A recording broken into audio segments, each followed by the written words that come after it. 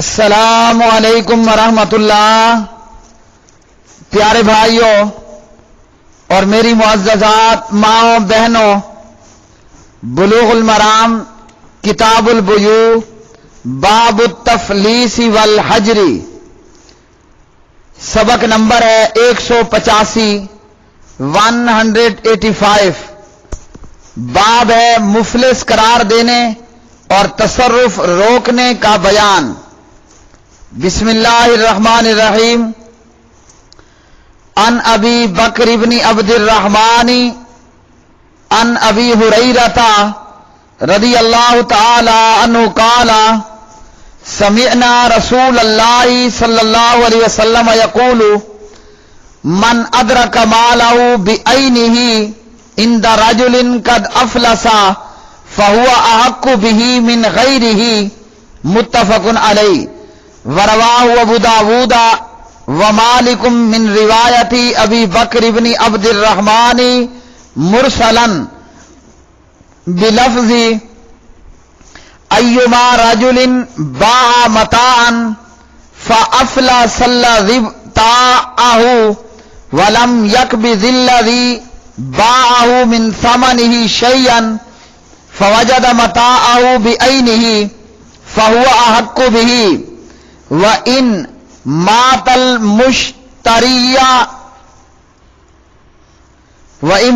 الْمُشْتَرِي فَصَاحِبُ الْمَتَاعِ أُسْوَةُ الْغُرَمَاءِ۔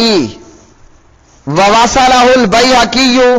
وَضَعَفَهُ تَبَعًا لِأَبِي داود، وَرَوَاهُ أَبُو داود وابن ماجہ من روایت عمر بن خلدۃ قال اتینا ابا ہریرہ رضی اللہ تعالی عنہ فی صاحب لنا قد افلس فقال لأقضین فیکم بقضاء رسول اللہ صلی اللہ علیہ وسلم من افلس او مات فوجد رجل متاعه بعینہ فهو احق به، وصححه الحاکم وضعفه ابو داود وضعف ايضا هذه الزیادة فی ذکر الموت۔ حضرت ابو بکر بن عبد الرحمن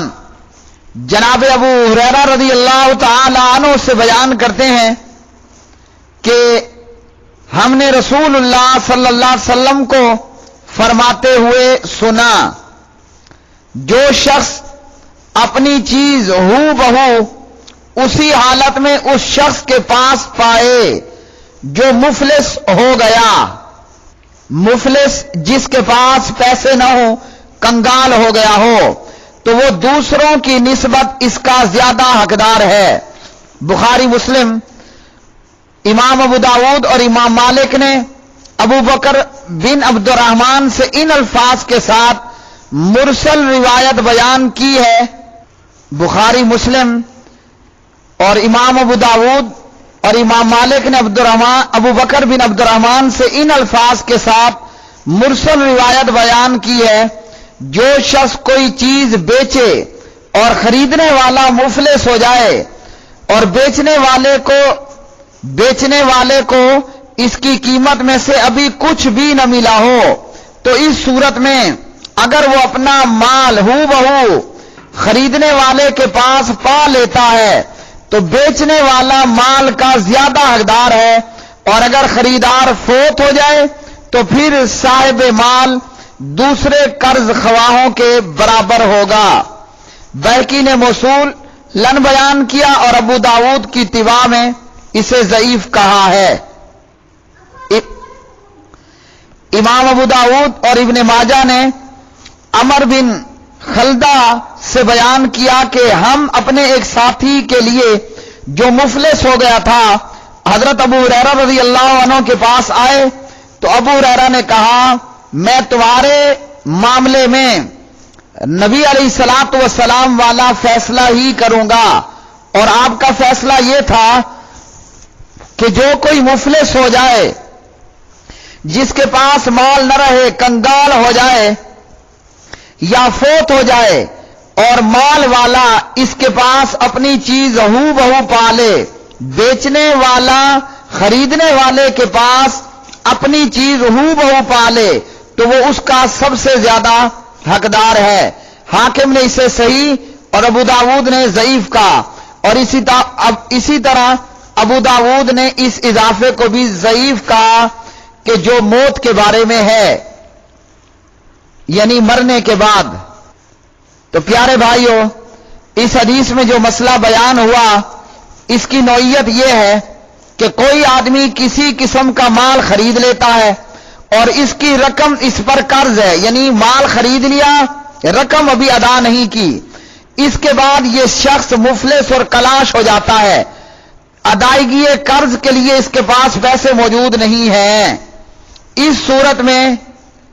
اس مال کے فروخت کرنے والے کو حق پہنچتا ہے کہ اگر اس کی فروخت کردہ چیز ہو بہو خریدنے والے کے پاس موجود ہے تو وہ بلا تردد اسے حاصل کر لے اور معاہدہ بیع فسخ کر دے۔ تو اس حدیث سے یہ معلوم ہوا اگر کسی شخص نے گائے خرید لی ہے، اب اس کے بعد اس نے پیسے موقع پر ادا نہیں کیے، بعد میں وہ مفلس ہو جاتا ہے، تو بیچنے والا اپنے مال کو، اپنی گائے کو اگر ہو بہو اسی طرح پاتا ہے تو وہ واپس لے سکتا ہے۔ امام ابو داود اور امام بہقی کی روایت کردہ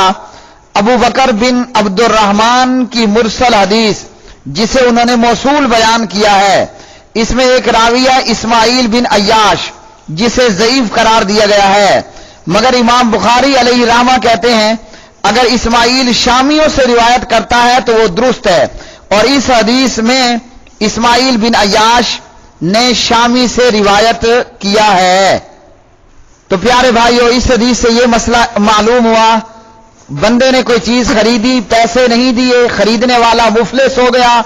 بیچنے والا ہو بہو اگر اپنی چیز واپس پاتا ہے تو وہ زیادہ حقدار ہے اس چیز کو واپس لے لینے کا، اور یوں وہ بیع کو فسخ کر دے گا۔ اگلی حدیث، عن عمرو بن الشرید عن ابیہ قال قال رسول اللہ صلی اللہ علیہ وسلم لی الواجد یحل عرضہ وعقوبتہ، رواہ ابو داود والنسائی وعلقہ البخاری وصححہ ابن حبان۔ عمر بن شرید اپنے باپ شرید رضی اللہ عنہ سے بیان کرتے ہیں نبی علیہ الصلوۃ والسلام نے فرمایا مالدار آدمی کا قرض کی ادائیگی میں لے تو لال کرنا، ٹال مٹول کرنا، اس کی بے عزتی اور سزا کو حلال کر دیتا ہے۔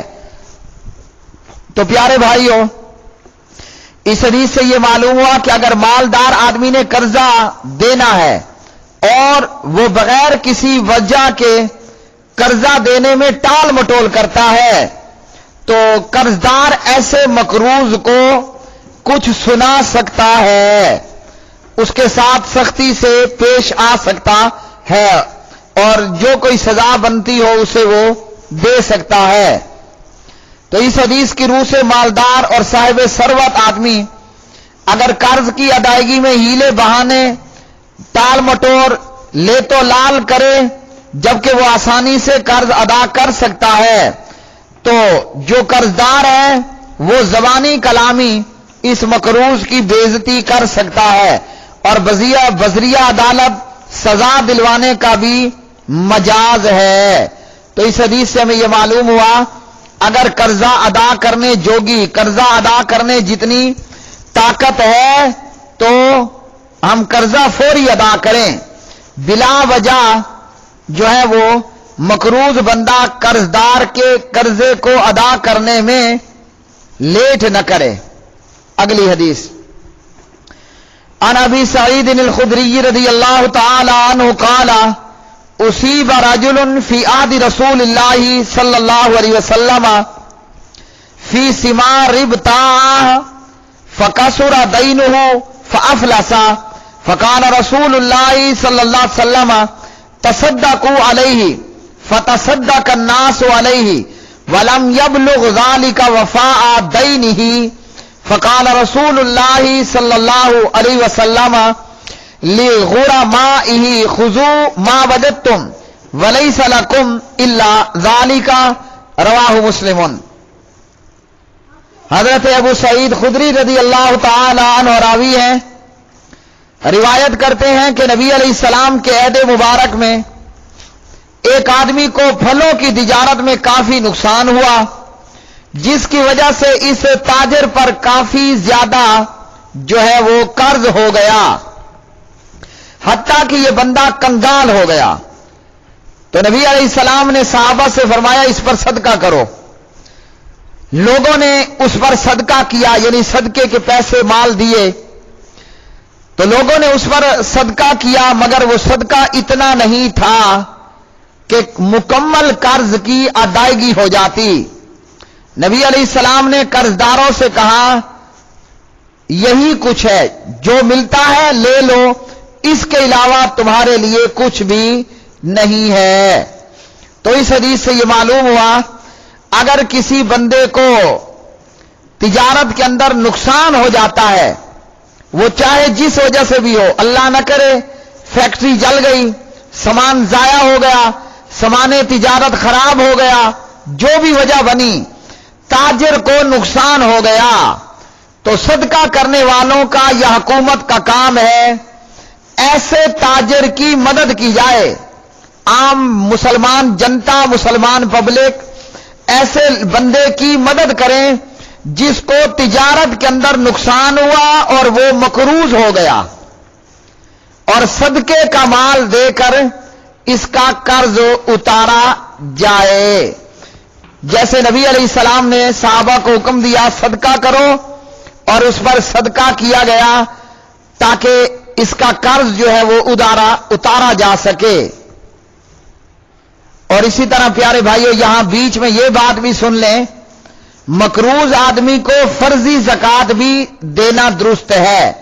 زکوٰۃ کے مصارف میں سے ایک جو ہے وہ مقروض بھی ہے، جو اپنا قرضہ نہ اتار سکتا ہو اس کو فرضی زکوٰۃ بھی ادا کی جا سکتی ہے، جیسا کہ اللہ رب العالمین نے سورۃ التوبہ آیت نمبر 60 کے اندر زکوٰۃ کے مصارف بیان کیے، اور ان میں سے ایک جو ہے وہ، اور اللہ رب العالمین نے فرمایا والغارمین۔ تو اس حدیث کے اندر جو ہمیں معلوم ہوا وہ یہ کہ نبی علیہ الصلوۃ والسلام نے تاجر کے نقصان ہونے پر صحابہ کو کہا اس کو صدقہ کرو، پھر جتنا مال جمع ہوا آپ نے قرضداروں کو کہا کہ یہی لے لو، اس کے علاوہ اور کچھ نہیں ہے۔ اور یہاں یہ بھی یاد رکھیے کہ جب پھل کسی آفت کی زد میں آ کر برباد ہو جائے، ایسی صورت میں اسے فروخت کنندہ کے مال سے وضع کیا جائے گا، خریدار کے مال سے نہیں، جیسا کہ پیچھے حدیث گزر چکی ہے۔ اور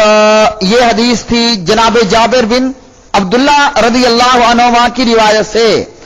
اور اس کے اندر پیارے نبی نے فرمایا اگر تو اپنے بھائی کے ہاتھ پھل فروخت کرے اور اسے کوئی آفت اور مصیبت پہنچ جائے تو تیرے لیے کچھ بھی وصول کرنا حلال نہیں ہے۔ یہاں جو نبی علیہ الصلوۃ والسلام نے صدقے کا حکم قرض کی ادائیگی کے لیے فرمایا تو یہ بطور استحباب تھا۔ بہرحال اس حدیث میں نبی علیہ السلام نے جو ہے وہ تاجر کے پھلوں میں نقصان ہونے کی صورت میں اور قرض اس پر زیادہ ہو جانے کی صورت میں، اس کے کنگال ہو جانے کی صورت میں صحابہ کو حکم دیا کہ جو ہے وہ اس کا قرض اتارنے کے لیے صدقہ کرو، جتنا جمع ہوا بقایا قرضداروں کو کہا کہ یہ لے لو، اس کے علاوہ کچھ نہیں، یعنی مزید تمہیں کچھ نہیں ملے گا۔ پیارے بھائیو، یہ آج کا سبق نمبر 185 تھا۔ آج کے سبق سے یہ معلوم ہوا کہ کسی بندے نے کوئی چیز بیچی، کسی آدمی نے کوئی مال خریدا اور اس کی رقم ادا نہیں کی، اور اس کے بعد وہ مفلس ہو گیا اور اس کے پاس مال کی پیمنٹ کرنے کے لیے پیسے نہیں تھے، تو اس صورت میں فروخت کرنے والے کو حق پہنچتا ہے. اگر اس کی فروخت کردہ چیز ہو بہو اسی حالت میں موجود ہے تو وہ بلا تردد حاصل کر سکتا ہے اور معاہدہ تجارت کو فسخ کر سکتا ہے. آج کے سبق سے معلوم ہوا کھاتا پیتا مالدار بندہ اگر ٹال مٹول کرے تو جو قرضدار ہے وہ ایسے مالدار مقروض کی جو ہے وہ بے عزتی کر سکتا ہے. اور اسی طرح یہ معلوم ہوا اگر تاجر کو نقصان ہو جائے تو لوگوں کو چاہیے اس کا قرضہ اتروانے کے لیے اس کے ساتھ صدقہ کر کے تعاون کریں. وآخر دعوانا ان الحمدللہ رب العالمین.